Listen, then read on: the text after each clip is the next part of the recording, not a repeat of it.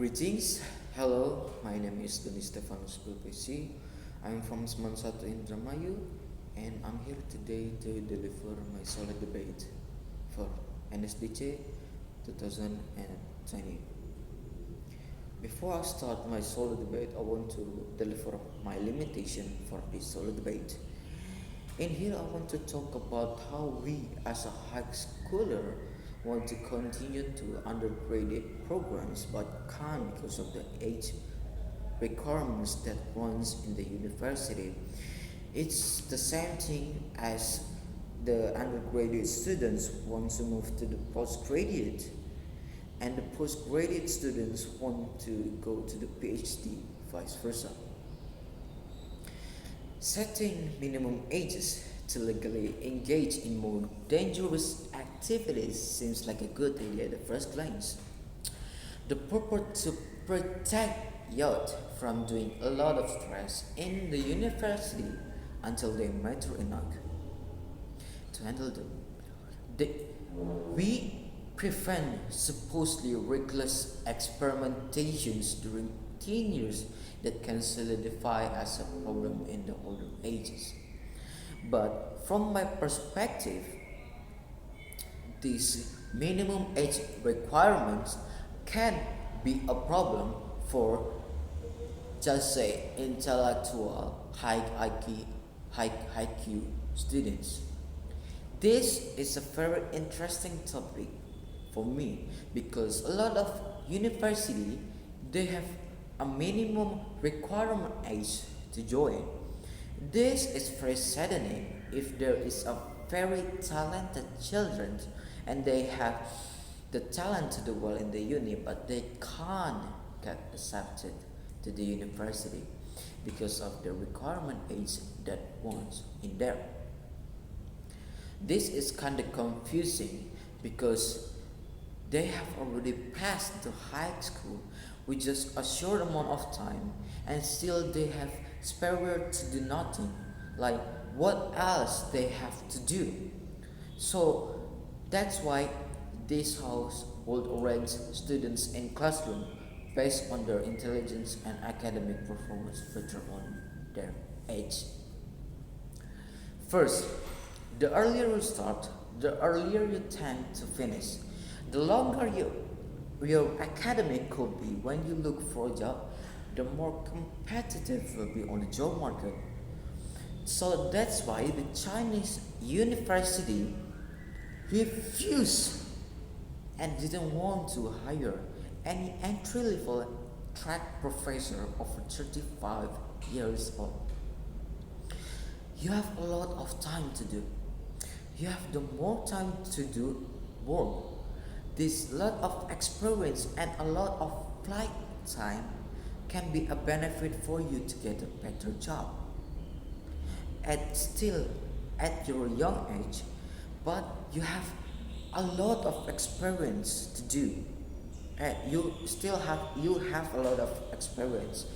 This also you have the more time to do research. For example, if you're doing PhD, if you already graduate from PhD at such a young age, you have a lot of time to do. You still have a lot of time to do. If you use the time to do research, this can be a benefit for you because this can have you to have a lot of experience and a lot of flight time that can be a benefit for you to get a better job, not just as a university teacher. Second, the earlier you start, the earlier you will be physically. The more time you're able to put into your classes and research. What is mean here is because you're getting healthier. You can do anything that you want, like literally anything. You can be very busy and not complaining because you're still very healthy. You can go anywhere to do research and have no ache or pain in your body. But in the end, if you retire when your old age comes out, you have already done a lot of things, and you're gonna be same professional in your young age as same professional with your old friends and professors. This can be a benefit for you because, like, for the most common part, like professor, they they become professor at such a old age, like for example 38 or 45. But if they do researchers, they have, like, what can I say, like age limit to themselves because their body is not young enough to do well in the researcher. But if you graduate PhD, for example, at such a young age, you have a lot of time. You have your body at a young age. You have the body at your young age, and still can do many things in for the researchers.